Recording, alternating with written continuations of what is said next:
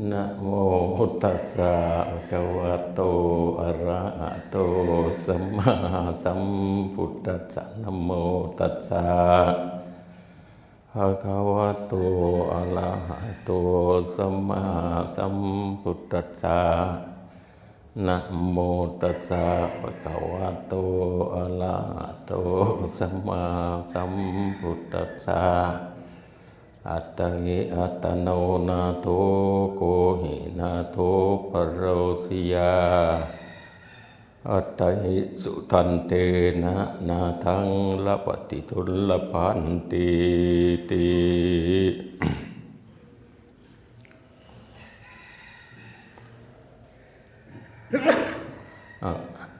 โอกาสต่อไปก็ขอ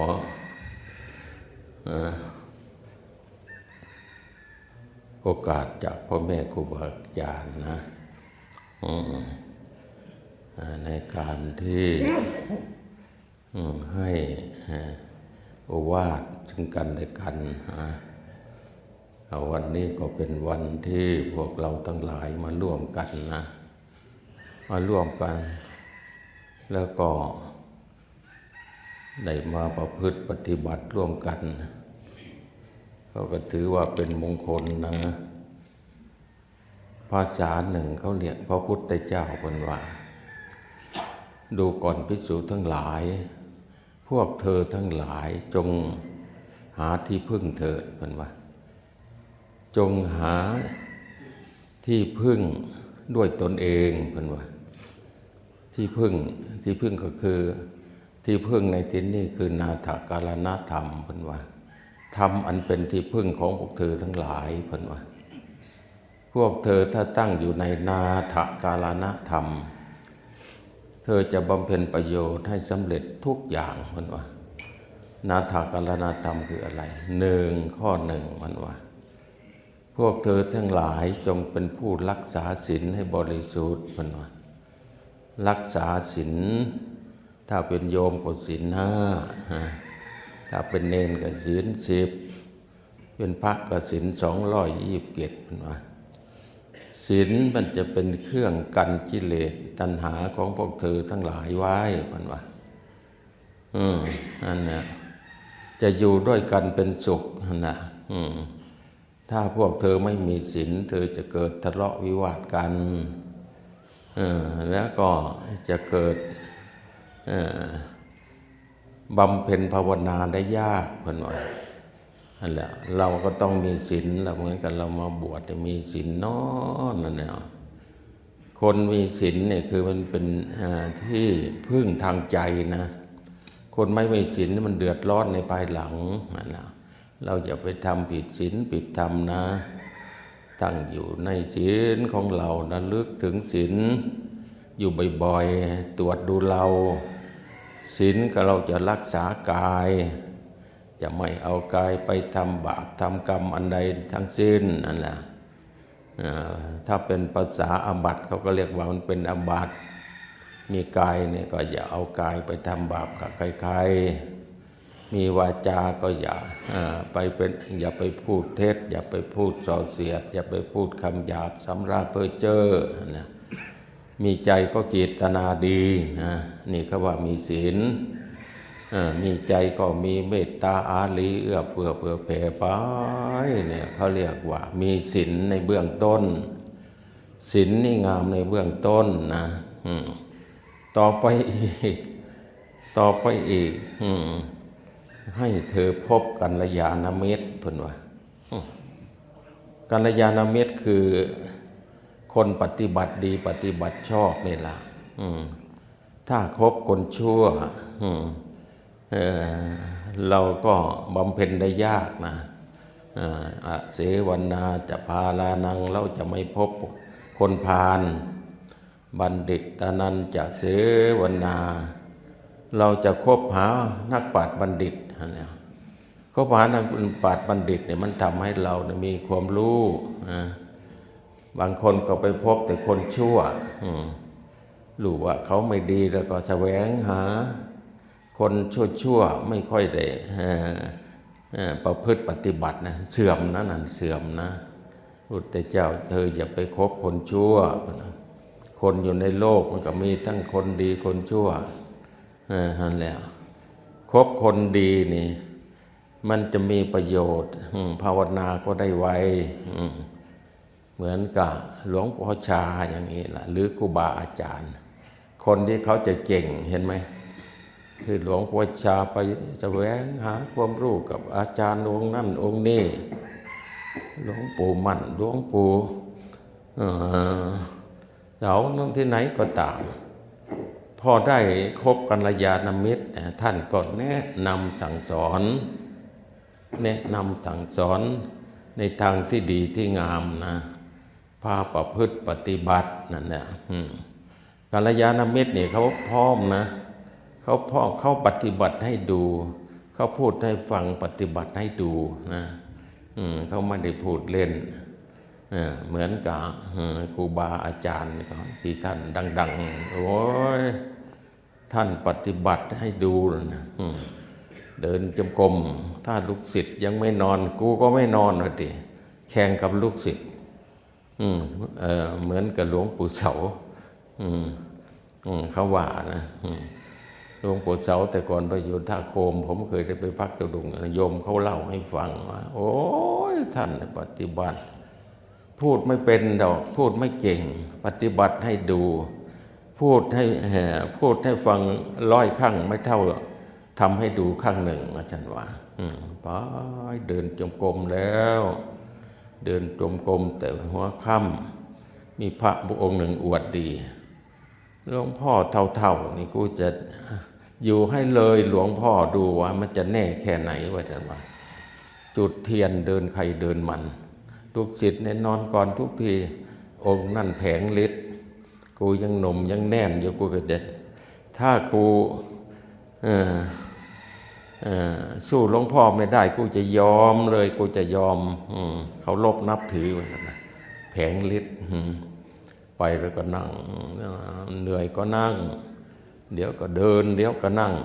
5 ทุ่มผ่านไปหลวงพ่อยังอยู่เฉยอยู่เลย6 ทุ่มผ่านไปก็ยังอยู่เฉยอยู่เลยตี 1 ตี 2ไหว้หลวงพ่อเลยยอมแล้วหลวงพ่อท่านว่าทำให้ดูก็พูดไม่มากอีกนะหลวงพ่อปฏิบัติทำยังไงไว้ท่านว่าไม่ต้องอะไรมากว่าท่านว่าท่านแนะนำเดินก็ท่องพุทโธไปด้วยสายอย่างกับพุทโธขวาอย่างกับพุทโธลมเข้ากับพุทโธลมออกกับพุทโธมีเท่านั้นไปทำวางเงินโอ้ยไม่ได้เทศหลายคำมีองค์หนึ่งอีกถ้าท่องไปแล้วมันจะเป็นยังไงหลวงพ่อว่านะเอาอีกแล้วพระองค์มึงมาถามหาสแตกอีหยังกูบอกให้มึงไปทำปฏิไปเลยพระองค์นั้นไปเลยมันยังมันถามหาผลมันอีกมึงไปทำเองเหมือนกับกูจัดอาหารให้มึงกินข้าวนั่นมึงไม่กินมึงจะมาถามหาความอิ่มได้ไงวะนะว่ากูอกมึงสมบัติว่ายากหลายนี่แหละการประพฤติปฏิบัติกัลยาณมิตรโว้ยของดีนะกัลยาณมิตรเหมือนกับเรามาพบกับครูบาอาจารย์นั่งอยู่นี่นะท่านก็บวชไม่สึกโอ้ยท่านก็เป็นคนดีประพฤติดีประพฤติชอบตั้งแต่รุ่นหลวงปู่ชาหลวงพ่อไม่เป็นลูกศิษย์หลานศิษย์เหลนศิษย์ก็ว่ากันไปนะก็ทำไปนะมันก็มีความสุขบัดนี้ได้ความรู้นะเรามีที่พึ่งได้พ่อแม่ครูบาอาจารย์ดีได้พ่อแม่ครูบาอาจารย์สั่งสอนพระอานนท์ถามว่าข้าแต่พระองค์ผู้เจริญพุทธว่าการพบมิตรดีเพื่อนดีมีประโยชน์ 50% ไม่ใช่อานนท์พุทธว่าเธอคบเพื่อนดีมิตรดีเป็น 100% พุทธว่า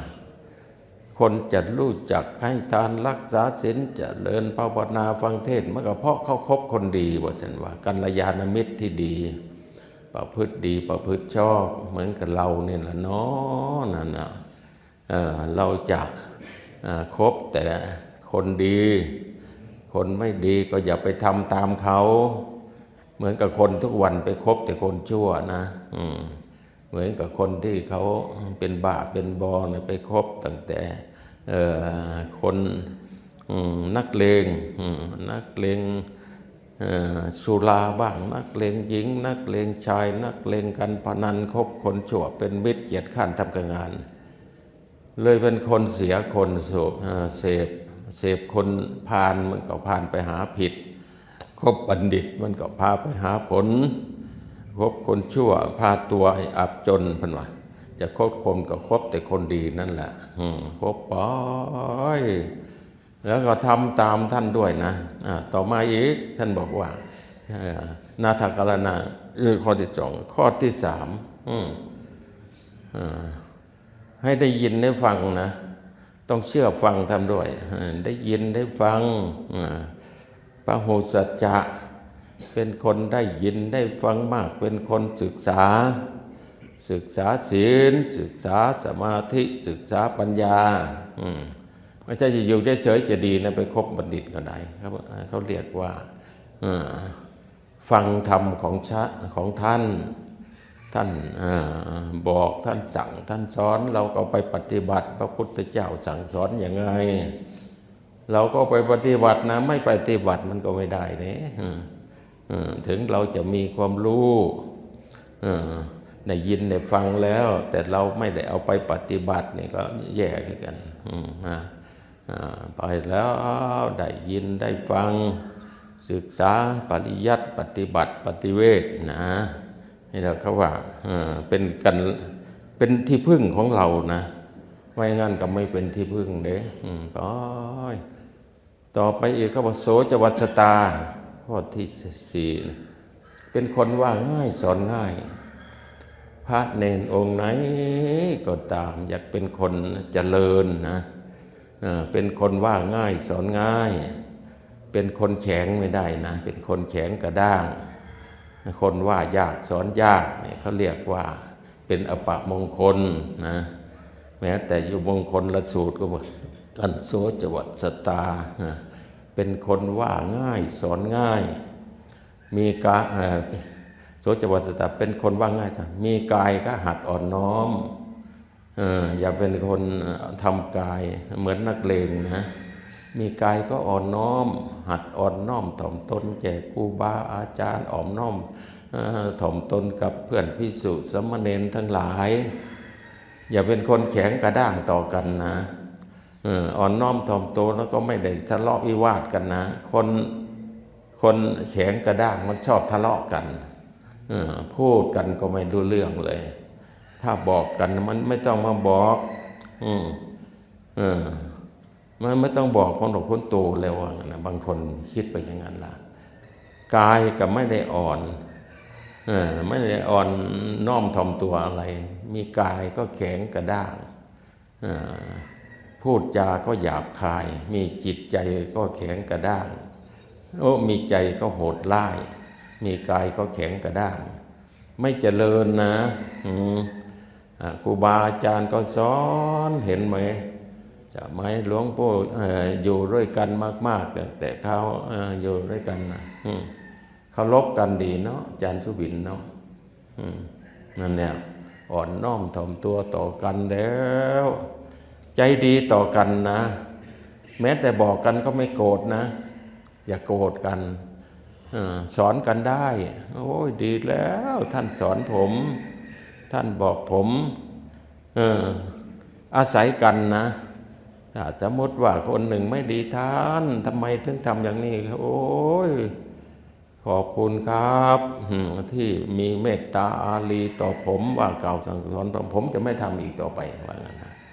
ถ้าแข็งกระด้างอย่ามาบอกแล้วเตะปากในภาวะนี่ก็แข็งแต่ได้นี่แข็งแล้วเราต้องเป็นคนอ่อนน้อมนะมันปราบกิเลสนะ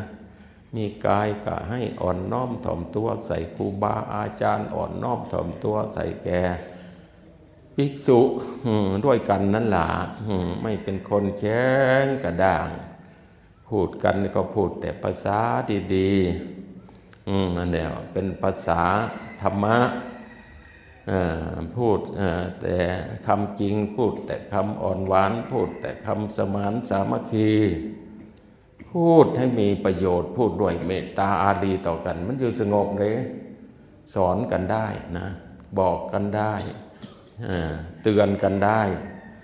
เตือนกันเห็นไหมข้างพุทธกาลพระพัทธะพระพัทธิยะพระภักขุไปอยู่ด้วยกัน3 องค์ปวารณากันเลยนะท่านว่าถ้าผลทำผิดอะไรต้องบอกผมนะบอกผมจะทำตามท่านเห็นผมทำผิดอะไรท่านก็บอกผมนะว่าท่านว่าอย่าเกรงกลัวผมนะผมไม่ใช่คนแข็งกระด้างผมจะเชื่อฟังว่าท่านว่าองค์นั้นก็พูดเหมือนกันท่านนั้นท่านก็ต้องบอกผมเหมือนกันนะเห็นผมทำไม่ดีอยู่ที่ไหนท่านบอกเลยผมเป็นพระคุณอย่างยิ่งนั่นแหละเขาอ่อนน้อมถ่อมตัวต่อกันปวารณาต่อกันเลยโอ้ยเหมือนกับว่าพรรษาเลยเห็นไหมปวารณาสังฆัมปันเตปวาเลมิทิเตนะวาตุเตนะวาปฏิสังกายะวะขอสงฆ์จงมีเมตตาอารีต่อข้าพเจ้าเห็นข้าพเจ้าทำผิดด้วยกายพูดผิดด้วยวาจาชึกสงสัยข้าพเจ้าใดทำผิดพูดผิดที่ไหนก็ขอสงฆ์นี่จงเมตตาอารีเตือนข้าพเจ้าอันท่านว่าดูที่แม้แต่ออกพรรษาพระพุทธเจ้าว่ามันเหมือนกับออกจากความชั่วเลยเลยนะไอ้เราเนี่ยก็มานี่ก็มีแต่คนดีๆมานั่งอยู่เนลามานั่งฟังเทศน์ฟังธรรมอ่อนน้อมถ่อมตัวก็ได้บุญได้กุศลนะแต่ไม่ใช่จะมาทำแต่อยู่วัดประโพงนี่นะออกไปทางนอกเราก็ทำอย่างนั้นนะเราจะเป็นคนใจดีเนี่ยนี่ข้อที่4ที่3ข้อที่5กิงกัลเนสุทัคคตาเพิ่นว่าเราจะช่วยขนขวายในจิตอันดีอันงามเหมือนกับว่าเราจะทำตัวเหมือนเป็นคนรับใช้กันและกันนะอันแล้วไม่เป็นคนจองหองปองตัวเป็นคนทำโตโอหังอะไรนะช่วยทำจิตอันดีอันงามร่วมกันกับพระภิกษุสามเณรอันไหนมันจะดีเราก็ช่วยกันไปมันอยู่สงบเลยสมมติว่าคนหนึ่ง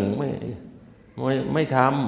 ำคนทำก็ทำแทบตายนี่ก็มีเหมือนกันบางทีบางคนเนี่ยแปลกนะตีลังคังมากวดศาลาว่าไงวะกวดได้กันโอ้ยผมไม่กวดหรอกวางนั่นองค์หนึ่งว่าผมไม่ได้บวชมากวดศาลาว่าเขาว่าให้ตักน้ำผมไม่ได้บวชมาตักน้ำเขาว่าหางใช่ร่วมกันอยู่นี่ก็มีนะคนโอ้ยท่านต้องลุกมาทำเพียรลุกขึ้นมาสวดมนต์ทำวัดผมไม่ได้บวชมาสวดมนต์ทำวัดนะพูดกันไม่รู้เรื่องละบัดนี้พูดกันไม่รู้เรื่องโอ้ยทุกข์แล้วบัดต่อไปทะเลาะวิวาทกันแล้วอยู่ไม่ได้เลยองค์นั้นนะอยู่ไม่ได้ไม่มีที่พึ่งไปหาใครก็ไม่อยากพูดด้วยบัดนี้อย่างนั้นก็มีนะมีทุกวัดแหละถ้ามีลูกน้องมากๆมีองค์เดียวดีแต่องค์เดียวบอกอาจารย์สุบินสบายถ้ามีลูกน้องมากมันมีหลายแบบตัวโอ้ยนั่นแล้วแต่ว่าอยู่หลายๆอย่างนี้รวมกันหลายๆอย่างนี้มาปฏิบัติธรรมบูชามีนาถการณธรรมโอ้ยมันมีความสุขสุขจากการที่เรามีศีลมีกัลยาณมิตรมีได้ยินได้ฟังได้อ่อนน้อมถ่อมตัวว่าง่ายสอนง่ายเราก็ได้บุญนะได้กุศลข้อไม่ก่อนที่6กันเดว่าธรรมกรรมตาโอ้ยเราใคร่นะใคร่ในการฟังเทศฟังธรรมใคร่ในการประพฤติดีประพฤติชอบนะอย่าเป็นคนขี้เกียจขี้ค้านนะอันเดียวเราใคร่นะ ใครนะบางคนเนี่ยไม่อยากไปรวมนะฟังเทศก็เล่นเฉยอยู่นั่นคุยกันเฉยเนี่ยเขาว่าไม่ใคร่ในการฟังธรรมไม่เคารพธรรมก็มีนะไม่มากก็น้อยแหละถ้ามามากๆนี่เวลาเขาเวลานี้เขาให้ไปนั่งสมาธิก็ไม่มาไม่ใคร่ในธรรมแล้วบัดนี้เวลาเขาให้มาฟังเทศน์อบรมบ่มนิสัยก็ไม่เอานั่งคุยกันเฉยเล่นเฟซบุ๊กอยู่นั่นแหละไม่เป็นไหนมาไหนก็ปัญญาไม่มีนะไม่มีที่พึ่ง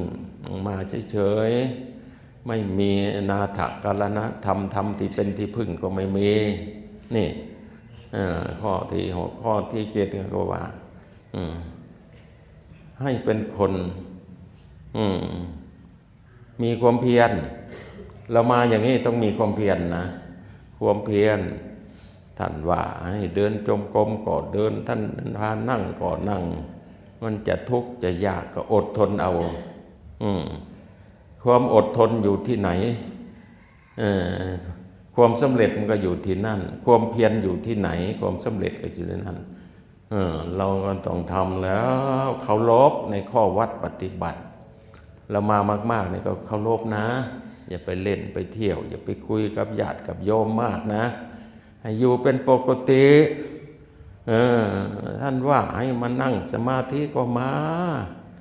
ไม่ใช่ว่าเวลากินถึงมาเวลาออก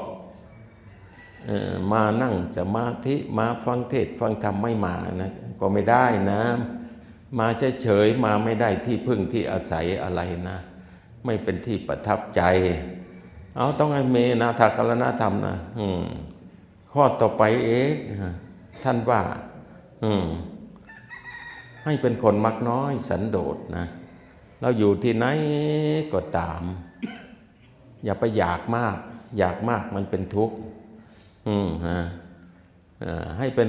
ทำเราใดเป็นไปเพื่อความอยากอันน้อยเป็นธรรมเป็นวินัยทำอันใดเป็นความอยากอันยิ่งใหญ่ไม่ใช่ธรรมไม่ใช่วินัยของเราตถาคตทำเราใดเป็นไปเพื่อความเกียจคร้านไม่ใช่ธรรมไม่ใช่วินัยของเราตถาคตทำเราใดเป็นไปเพื่อความขยันเป็นธรรมเป็นวินัยทำเราใดเป็นคนเลี่ยงยากไม่ใช่ธรรมไม่ใช่วินัยทำเราใดเป็นไปเพื่อความเลี่ยงง่ายเป็นธรรมเป็นวินัยนั่นแหละโคตมีสูตรนะก็มีเหมือนกันนะแต่ไม่ได้พูดจบหมดทุกข้อนะนั่นแหละมันเป็นธรรมเป็นวินัยแหละโอ้มันตัดกิเลสตั้งแต่นั้นนะเป็นคนมักน้อยอยู่แต่ก่อนนี่ก็มักน้อยสันโดษนะวัดประพงนั่นหลวงพ่อชาพาธรรมอยู่กุฏิบ้างอยู่กุฏิหลังเล็กๆทำหลังใหญ่ไม่ได้เพราะว่ามันไม่มีทุนไม่มีอะไรภัยยาก็มีอะไรก็มีก็อยู่ไปแต่จะทำเพียรสม่ำเสมอนะเหมือนกับครูบาอาจารย์ไปอยู่ตามถ้ำตามเหวท่านก็ปลูกกระท่อมอยู่นะท่านว่ามักน้อยมันทำเสร็จไปไวแล้วก็ทำเพียรมันว่าผมได้ยินประวัติหลวงพ่อทองรัตน์หลวงพ่อทองรัตน์เป็นอาจารย์ของหลวงพ่อชาญนะปล่อยบำเพ็ญอยู่ในป่าญาติโยมเขาปลูกกุฏิให้อย่าทำให้เสร็จไปไวนะไปเกี่ยวหญ้าโยมคนนี้ไปเกี่ยวหญ้าเสามันเอาไม้เป็นง่าม4 เสานั่นละฝังลงมันได้เสมอกันแล้วก็แป้นไม่เมก็ตัดเป็นลำมาถากหน่อยปูก็เท่านั้นพ่อจะปรากฏอยู่ที่นั่นไม่ต้องอย่าให้รอกว่าตั้งแต่ฝนตกนะมันเลยหัวเข่าไปหน่อยฝนนะมันได้ถูกหัวเข่าพอแล้วพ่อจะรีบทำความเพียรว่าท่านว่าทำดีกว่านี้ไม่ได้พ่อจะหนีอยู่ว่าท่านว่าทำเหมือนกับจะหนีทำดีมันยึดมั่นถือมั่นพ่อไม่เอาแล้วว่าท่านว่าเดี๋ยวมันจะว่าหลังน้อยหลังใหญ่อยู่นี่มันทำยากมันลำบากโยมว่างนั่น นั่นแหละครูบาอาจารย์ที่ท่านมักน้อยนั่นมักน้อยเขาจะทำให้ก็ไม่เอาน้อยพอหนีไปมันจะไม่เสียดายว่าทำโคมเพียรนั่งทั้งคืนเลยโอ้ยพุทธเจ้าก็ว่าถ้าเป็นคนมากมันพอไม่เป็นนะยิ่งเราทุกวันไปสร้างวัดขึ้นใหม่ๆอย่างไรศาลาหลังใหญ่ๆหยุดเลยปฏิบัติไปคาอยู่นั่นล่ะจังได้จังเสร็จแล้วนะโยมก็บอกออกเงินจ่อยเนาะพิมพ์ซองแล้วก็ได้เท่านั้นล่ะแผ่แล้วก็แผ่อีกบางทีก็ไปยืมเขาเซ็นมันเป็นหลวงพ่อเซ็นวัดติดนี่บาทไหนโอ้ยเอาไปเอามาหัวร้อนเลยล่ะไปเลยผมเห็นวัดหนึ่งนะเจ้าอาวาสอยากได้มากๆเซ็นไปเซ็นของเข้ามาไปไม่รอดอีท่าไหนบนหนีเลยก็มีโยมผมก็แปลกไปนิมนต์ผมไปอยู่เป้าแน่หลวงพ่อวัดดีๆได้เนี่ยผมก็ไปอยู่ไม่นานเจ้านี่มาถามอาจารย์ต้องเอาเงินมานะบัดสันว่าถ้าอาตมาไม่รู้เรื่องเนี่ยเขานิมนต์มาอยู่ใหม่อยู่เก่าก็เอามาว่า60,000 บาทด้วยนะตายแล้วกูนี่มาอีท่าไหนจอดรถอีกไม่งั้นพวกผมขึ้นรถได้ไหมหลักเสาล้วนนะบรรดานั้นโว้ยเลยไปใส่หนี้ให้เขาที่ตนศาสนาก็อย่างงั้นละนี่เขาว่าพระเซ็นโอ้ยเซ็นแล้วก็เซ็นอีกความอยากมันอยากอันยิ่งใหญ่อยากไปอยากมาแล้วก็แพ้เจ้าของบัดพันว่าอันแล้วความโลภมันอยู่ที่ไหนความทุกข์มันก็อยู่ที่นั่นอันแล้วเขาต้องละความโลภด้วยมันมากต้องหัดโยงง่ายๆเหมือนกับครูบาอาจารย์เหมือนกับธุดงค์นั่นแหละทั้งเที่ยวมันมากมันอยากได้ผ้าสีงามๆไปผ้าบางสกุลดีกว่าเหมือนกับพระมหากัสสปะไม่ต้องนะไปเอากับซากศพหนึ่งมาซักมาย่อมมันอยากอยู่กุฏิดีไปอยู่โคนไม้เป็นคนมักน้อยสันโดษอยู่ป่าช้าบ้างมันอยากไปรับนิมนต์ไปฉันบิณฑบาตนะเขานิมนต์ไปบ้านที่เขาจะถวายอาหารเยอะไม่เอาเท่านี้ละหมดทำไปทำมาลูกศิษย์ก็ไปอยู่ด้วย500บรรลุอรหันต์หมดนะทำไมถึงบรรลุเพราะว่าท่านปราบกิเลสลูกศิษย์ตั้งแต่ยังมาใหม่ๆเลยนะอันนี้ปราบคนน่ะไม่ได้คิดเรื่องสวยเรื่องงามดอกพวกนี้ทำศาลาก็ไม่มีลิงมีลายดอกเพราะอายะแล้วไปอยู่ไปเขาเพ่งถึงกันมันลดความอยากของเราลงเนี่ยโลโภธรรมนังปริบันโถความโลภเป็นอันตรายต่อการประพฤติปฏิบัติทั้งหลายนะโลภมากทำเราใดเป็นความอยากอันยิ่งใหญ่ไม่ใช่ทำไม่ใช่ไหนทำอันใดเป็นไปเพื่อประกอบทุกข์ไม่ใช่ทำไม่ใช่วินัยแต่ความอยากอันน้อยทำเราใดเป็นไปเพื่อประกอบทุกข์ไม่ใช่ทำไม่ใช่วินัยเห็นไหมพอเราทำไปสิ่งหนึ่งที่มันได้ดีเราไม่มีปริโภทกังวลบัดมันทำแต่เพียรอย่างเดียวนะเดินจนบ่าหนทางเดินจมกรมเนี่ยหลุบลงคนนี้เป็นคลองอดหลอดเดินหลายเดินไปนั่งมันไม่มีงานที่บัดนี้งานไม่มีมันก็เอางานกรรมฐานไปทำนะบัดนี้คนไม่มีงานท่านว่าให้ดูลมหายใจก็บอกก็ดูนะเป็นคนมักน้อยเป็นคนสันโดษเป็นคนมีความเพียรต่อไปก็เป็นคนมีสติบัดสติเนาะสติเราจะสร้างสติในธรรมวินัยนี่พุทธเจ้าก็บอกว่าเธอทั้งหลายจงเป็นผู้เจริญสติปัฏฐานเถิด สติปัฏฐานนั่นแหละจะเป็นที่พึ่งของพวกเธอทั้งหลายสติปัฏฐานสี่คืออะไรบ้างจงพิจารณาเห็นกายในกายอยู่เป็นประจำอาตาปิสัมปชาโนสติมาวิริยะโรเกอภิญชาโทมนัสสังมีความเพียรเครื่องเผากิเลสมีสัมปชัญญะมีสติถอนความพอใจและความไม่พอใจในโลกออกได้จงพิจารณาเห็นเวทนาในเวทนาทั้งหลายอยู่เป็นประจำอาตาปิสัมปชาโนสติมาวิริยะโรเกอภิญชาโทมนัสสังมีความเพียรเครื่องเผากิเลสมีสัมปชัญญะมีสติถอนความพอใจและความไม่พอใจออกจากเวทนาให้ได้แล้วก็จิตเหมือนกันทำเหมือนกันกายของเรานี่เนาะพุทธเจ้าสรรเสริญอยู่ว่ากรรมฐานที่เป็นมงกุฎของกรรมฐานทั้งหลายคืออานาปานสติหรือกายคตาสติว่างั้นว่าที่นี่ท่านก็ให้มาเจริญอานาปานสติไม่มีงานทำละมาหัดดูลมบัดนี้ดูลมหายใจเข้าออกก็แปลกนะดูลมนี่มันสบายนะไม่น่าเชื่อเลยนะดูลมดูหาอีหยังผมเถียงครูบาอาจารย์เถียงในใจดอกมันหายใจเข้าหายใจออกกระจ่างแม่มันเป็นหยังสิมาเบิ่งเห็ดหยังมันคิดเล่นบวชใหม่ๆนะไม่มีงานจะทำบัดนี้ตายแล้วเพิ่นว่าให้ดูลมก็ไม่ดูมันว่าอะไรก็ไม่เอามันบวชมาเพราะแสงอะไรแล้วเพราะว่ามันว่าให้เจ้าของ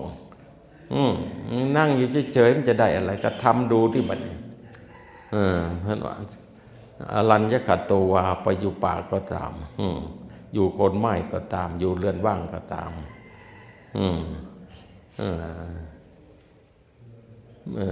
อุชุงกายังปณิธายะสติงอุปถัปเปตวาเธอจงตั้งกายตรงว่าฉันว่าตั้งกายตรงเลย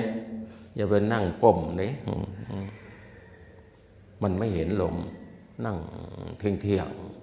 ปวดขาปวดเอวนิดหน่อยก็ได้เพราะว่ามันจึงเห็นลมชัดบางคนนั่งเข้าไปแล้วดมตับหรือดมอะไรก็ไม่รู้อยู่ข้างหลังประหลัดนั่นแล้วโอ้ยร่างกายตรงดำรงสติมาโสสโตวาอัสสตติภิกษุเห็นว่าแต่เอาสติมาอยู่ใบหน้านะอย่าไปอยู่ที่ไหนนะนั่งมันยังไม่เห็นอะไรเอามาอยู่ใบหน้าสติมาอยู่ใบหน้าเลยใบหน้าหายใจเข้าหายใจออกก็รู้หายใจเข้ายาวออกยาวก็รู้มันรู้ละจิตไม่ไปไหนนะบัดนี้มันอยู่นี่ละหายใจเข้าแต่มีคำบริกรรมหน่อยที่พระพุทธเจ้าบัญญัติแต่ว่ามันไม่ได้มีพระพุทธเจ้าให้กำหนดรู้แต่ครูบาอาจารย์ก็สอนเสริมขึ้นมาเองเรามันปึกมันหนาให้มีคำบริกรรมหน่อยวันนั้นว่าหายใจเข้าพูดหายใจออกโททำเหมือนกับทำเล่นนะมันไปไหนก็ออกกลับมาที่ลมหายใจเข้าออกนี่ละกรรมฐานมันเป็นอย่างนั้นทำเล่นๆอีท่าไหนไม่รู้นะจิตมันสงบบานเนี่ยอ้าวตัวตนมันหายไปเลยตายแล้วอ้าวไม่นึกว่ามันจะมีประโยชน์ถึงขนาดนี้พอรู้แล้วล่ะมันอยากทำนะบัดนี้มันรู้รสชาติของการประพฤติปฏิบัติโอ้ยไม่อยากทำอะไรตั้งแต่ละวันเนี่ยนั่งกำหนดเล่นบ่อยเย็นตลอดอานาปานสติมันจะเย็นเข้าไปเรื่อยๆเพิ่นว่ามันจะไม่เหมือนอย่างอื่นนะมันจะลึกลงเหมือนทะเลมันจะมันไม่โกกไม่ชันอะไรเพิ่นว่าอานาปานสติกำหนดโน้ไปลมก็น้อยเข้าคำบริกรรมก็น้อยเข้าความรู้สึกว่าตัวเรามันก็น้อยเข้าอันเนี้ยมันน้อยเข้าเย็นทำแล้วเป็นหมดทุกคนที่ไม่เป็นก็คือไม่ทำอันเนี้ยเหมือนกับกินข้าวอิ่มทุกคนที่ไม่อิ่มก็คือไม่กินเท่านั้นเองนะไม่ใช่ว่าอยู่ลึกนะคำสอนเนี่ยบอกให้ทำอันเนี้ย อยากได้ดีแต่ไม่ทำนะมีมากเหลือแต่อยากแต่ไม่ทำนะขำหนออยากได้ดีก็ต้องทำดีอย่าลีรอปากล่องขอรอแต่ดีไม่ดีมันว่าเราทำเลยนะอย่าไปสงสัยหายใจเข้ามันสิเป็นหยังเนาะอย่าไปพูดนะดูไปเฉยๆกำหนดรูปไปพอมันได้สมาธิออกมาแล้วก็มาพิจารณาเนาะกายธรรมที่มันเกิดขึ้นนี่มันไม่เที่ยงนะอย่าไปยึดมั่นว่าตัวกูของกูไม่ให้ตัณหาและทิฏฐิอาศัยอยู่ด้วยไม่ยึดมั่นอะไรในด้วยพี่นาเห็นกายลมข้างนอกลมทั้งนอกก็อยู่ข้างนอกลมทั้งในก็อยู่ข้างในเนาะพี่นาเห็นกายในกายเป็นภายในบ้างเป็นภายนอกบ้างก็เห็นมันเป็นอนิจจังทุกขังอนัตตาบันจิตของคนเนี่ยก็จะเปลี่ยนไปเลยนะกิเลสแต่บางคนบรรลุธรรมจบตรงนี้บางคนก็อยากได้ฤทธิ์ได้ก็ไปอีกนะแล้วอานาปานสติก็ทำนะยังไม่ได้ทำก็หัดทำมีสติทีนี้จะไปนั่งอยู่งั้นก็ไม่ได้นะถ้าไม่มีสติตอนเดินไปเดินไปอย่าไปคิดถึงนั่นถึงนี่พระพุทธเจ้าเรียกว่าอริยบทดูก่อนภิกษุทั้งหลายปุณณะจะปรังภิกขเวภิกขุดูก่อนภิกษุทั้งหลายข้ออื่นยังมีอยู่อีกภิกษุเพิ่นว่าบ่มันมีแต่อานาปานสติได้เพิ่นเนี่ยทำก็ไปเธอเดินก็รู้ว่าเราเดินอยู่นะเดี๋ยวนี้เราเดินไปกับพุทโธพุทโธไปเรานั่งก็ดูภาพนั่งก็รู้ชัดว่าเดี๋ยวนี้เรานั่งเรายืนเราเดินเรานั่งเรานอนเราถ่ายอุจจาระปัสสาวะเรากินเราดื่มสติมันมาอยู่กับอาการพวกนี้เป็นสมาธินะสมาธิไม่ต้องหลับตาเนาะมันเป็นเองของมันอยู่งั้นเย็นอยู่มันไม่ฟุ้งซ่านมันไม่รำคาญถ้าเราไม่ได้ดูพวกนี้มันออกไปทางนอกบัดเพ่งออกไปทางนอกมันเป็นสมุทัยเป็นเหตุให้เกิดทุกข์เพ่งเข้ามาดู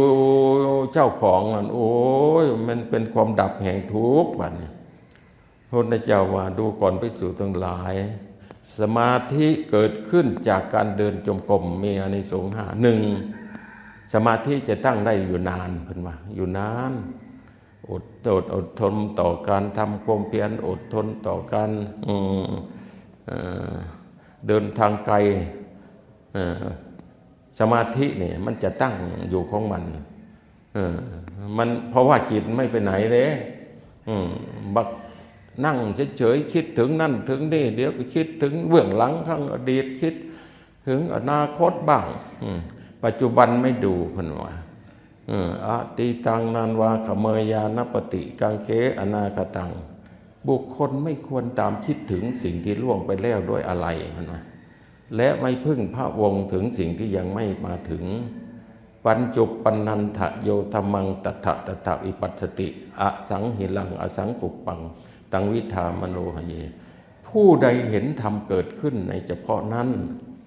อย่าไปยินดีอย่าไปยินร้ายอย่าไปยินดีในปัจจุบันเนี่ยมันเป็นอะไรก็ช่างมันจะเป็นสุขเป็นทุกข์มันจะอะไรก็ตาม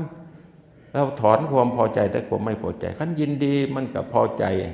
มันก็โลภอีกไปยินร้ายมันก็เป็นความโกรธขึ้นมานะนั่นแล้วเขาก็ปฏิบัติอย่างนั้นในปฏิบัติไปใครทำก็ใครได้เด้นั่นทำไปแต่มันเห็นด้วยเจ้าของเด้คนไม่ทำมันก็ไม่เห็นได้โอปนายิโกควรน้อมเข้ามาใส่ตัวปัจจตังเวคิตาโพวินยูหิติผู้รู้จะรู้ได้ด้วยตนเองมันรู้ได้ตนเองไม่ต้องไปอะไรแล้วมันรู้ได้ของมันที่นี่เราทำอย่างนั้นนะยืนเดินนั่งนอนเราก็รู้จักรู้ทั่วถึงบางองค์ข้างพุทธกาลเนี่ยพระจิตรคุตไปอยู่ในถ้ำอันหนึ่งถ้ำก็มีรูปสวยงามเขาเขียนไว้แต่เมื่อไหร่ท่านไม่เคยดูเลย ดูแต่การยืนการเดินการนั่งการนอนไปภาพอยู่ในฝาผนังคนไปถามท่านยังไม่ได้ดูเลยอยู่ไปไม่รู้กี่ปีนั่นมีดอกมีต้นดอกไม้อันหนึ่งรู้แต่ว่ามันร่วงลงเนาะไม่เคยมองดูปลายมันสักทีท่านสำรวมมันลืมไปนะมันดูแต่เจ้าของไปทำไปทำมาท่านก็จนพระราชานิมนต์ไปฉันในหอปราสาทราชวังแล้วไปฉันท่านไม่ได้ดูนะดูสำเหลืองพระราชินีมาก็พูดคำเก่าจงเจริญมหาบพิตรผู้หญิงมาถวายก็เจริญจงเจริญพระมหาบพิตรดิไม่ได้ดูหน้าเรานะมันดูแล้วดูแต่เดินมาเนาะนั่นสำรวมแท้ต่อมาท่านกับจิตเห็นแต่แสงพระจันทร์โอ้ยสว่างสวยกูนี่ไม่ได้ไปคิดอะไรเหมือนกับแสงพระจันทร์นี่เนาะตรวจดูเราก็มีศีลมีธรรมปฏิบัติดีปฏิบัติชอบจิตก็ปล่อยวางเห็นอนิจจังทุกขังเราก็บรรลุธรรมนะเป็นอรหันต์ทีเดียวนั่นก็เป็นอย่างนั้นต่อมาอีกท่านก็กายในกายนี่มันเห็นอย่างนั้นนะต่อมาดิบางคนมีราคากล้ามันชอบนะมันชอบของสวยของงามนะชอบจริงๆนะมันชอบของสวยของงามท่านก็ให้พิจารณากายหยาบนี่อีก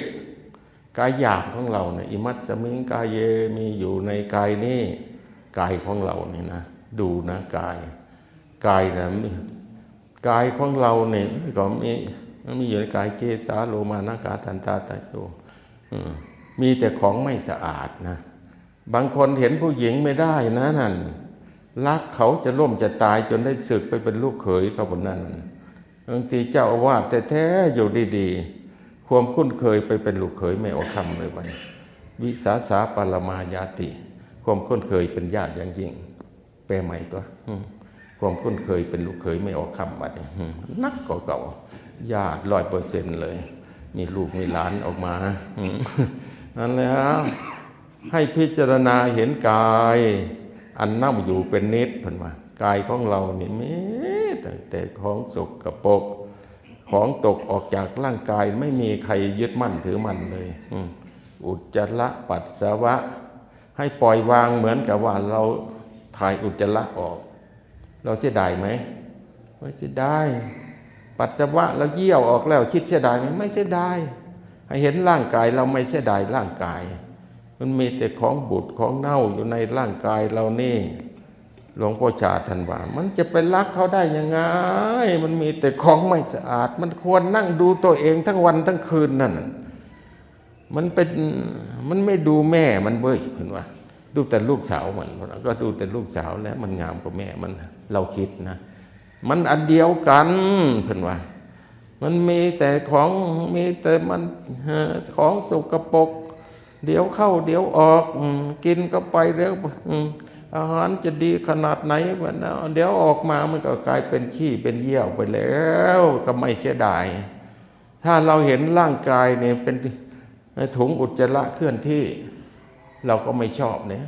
มันก็ไม่กำหนัดยินดีมันจะไปทำอะไรนะมันจะไปรักไปใคร่มันไม่ไหวแล้วเหมือนกับเขาเอาถุงอุจจาระเคลื่อนที่ถุงอุจจาระมาให้เราแต่ว่าทั้งในมีแต่ขี้แต่ว่าถุงนั้นสวยอยู่เราจะเอาไหมแล้วก็ไม่เอา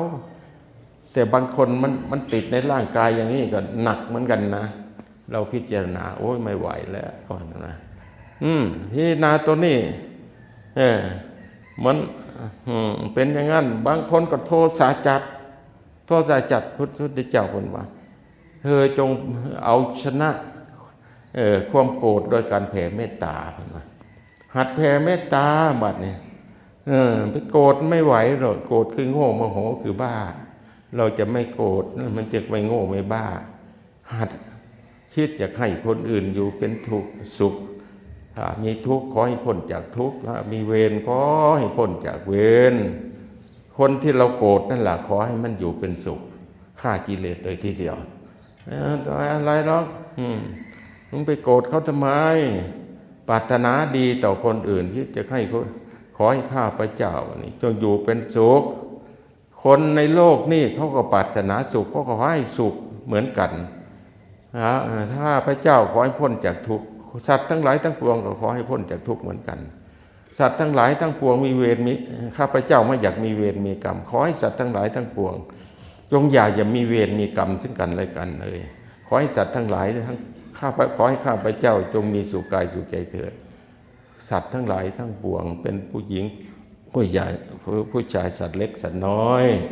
ก็ขอเขาอยู่เป็นสุขเป็นสุขเถิดหวานก็เท่านั้นนะก็มีของแก้นะของแก่กันไปไม่มีอะไรจะทำแล้วก็มากำหนดลมหายใจเข้าออกสลับไปสลับมานะบางทีมันไปมัวแต่โกรธเขาลมหายใจก็ไม่เห็นไปแผ่เมตตาคักๆซะก่อนจึงกลับมาเป็นอย่างนั้นนะกรรมฐานเป็นนะอยู่ไปเองกับบางคนมันก็ไม่ยอมที่มันเนี่ยพิจารณาไปเองกายในกายนี่เป็นธาตุสี่เป็นธาตุสี่มีแต่ดินมีแต่น้ำมีแต่ลมแต่ไฟดอกอยู่ในร่างกายเรานี่ธาตุสี่มันรวมกันธาตุดินก็คือพวกของแข็งเป็นกระดูกเป็นเนื้อเป็นอะไรธาตุน้ำก็น้ำเลือดน้ำหนองธาตุลมก็ลมหายใจก็ออกธาตุไฟมันก็มีนะเราตายไปแล้วมันก็กลับไปเป็นดินเป็นน้ำเป็นลมเป็นไฟเนาะตัวคนอื่นก็เหมือนกันตัวเราก็เหมือนกันบางคนเขาพิจารณาเนี่ยเขาปล่อยวางเลยนะจากอัตตาตัวตนเคยยึดมั่นถือมั่นบางคนไม่เอาบัดปุณณะจะปรังภิกขเวภิกขุดูก่อนภิกษุทั้งหลายข้ออื่นยังมีอยู่อีกภิกษุเพิ่นว่าเธอจงไปป่าช้าเพิ่นว่าไปเขาเรียกว่าไปเยี่ยมป่าช้าเมืองอินเดียคนตายอยู่ในป่าช้าเขาให้ไปเพ่งศพนับว่าสีเก้านั่นเพ่งดูศพตายแล้ว2 วัน3 วันเธอต้องยืนอยู่แล้วก็เพ่งเข้าไปเมืองอินเดียมันก็เป็นอย่างนั้นละศพหาได้ง่ายเมืองไทยมันก็มีหรอกมีแต่ไปวางดอกไม้จันทร์ก็ไปแล้วพระเข้าไปแล้วเพ่งศพบางคนก็บรรลุธรรมเพราะการเพ่งศพนะเห็นไหมพระมหาการบวชตอนแก่น้องกับบวชเป็นจุลการมหาการไปอยู่ป่าช้าตอนกลางวันนี่ก็ตอนค่ำๆไปเพ่งศพเข้าไปได้เป็นนางการลีที่ว่าเผาศพแล้วเขาเอาค่าจ้าง500หรืออะไรนั่นล่ะตายวันนั้นไปวันนั้นนะนั่นยังไม่แข็งก็เอาไปขั้นตายเขาก็ถือว่าตายผิดกฎหมายเขาเอาไว้นานไม่ได้ผิดกฎหมายศพมันไม่มีประโยชน์อะไรวะสันพระมหาการก็ไปดูอ้าวศพนี่มันเพิ่งตายตัวนี่อะไรก็เห็นสวยงามอยู่นางกาลีท่านจะเพิ่งดูตอนนี้เลยพระคุณเจ้ามันยังสวยอยู่วันท่านว่าฉันจะเผาเล็กๆในเนาะเผาแล้วจะเรียกมาดูนะเผาพอมันดำๆเหมือนงัวด่างงัวดำศพนั้นเหมือนงัวด่างงัวดำแต่พระคุณเจ้าจงไปเพ่งศพเถิดทำกรรมฐานเถิดว่างั้นว่าปล่อยผ้าองค์นั่นเปลี่ยนเลยโอ้ยกูก็จะเป็นอย่างนี้หนีจากความเป็นอย่างนี้ไม่ได้คนเราไม่มีอะไรนะเกิดมีความตายเป็นที่สุดรอบทุกคนก็มาที่เดียวกันนะจะเป็นคนสวยคนรวยเป็นคนจนเป็นคนมั่งมีสีสุขสุดท้ายก็มาจอดอยู่ที่เชิงตะกอนเหมือนกันเนาะเรานี่ไม่มีราคาอะไรราคาของเราไม่มีมันไม่เที่ยงจริงๆเนาะท่านก็พิจารณาทบทวนไปมา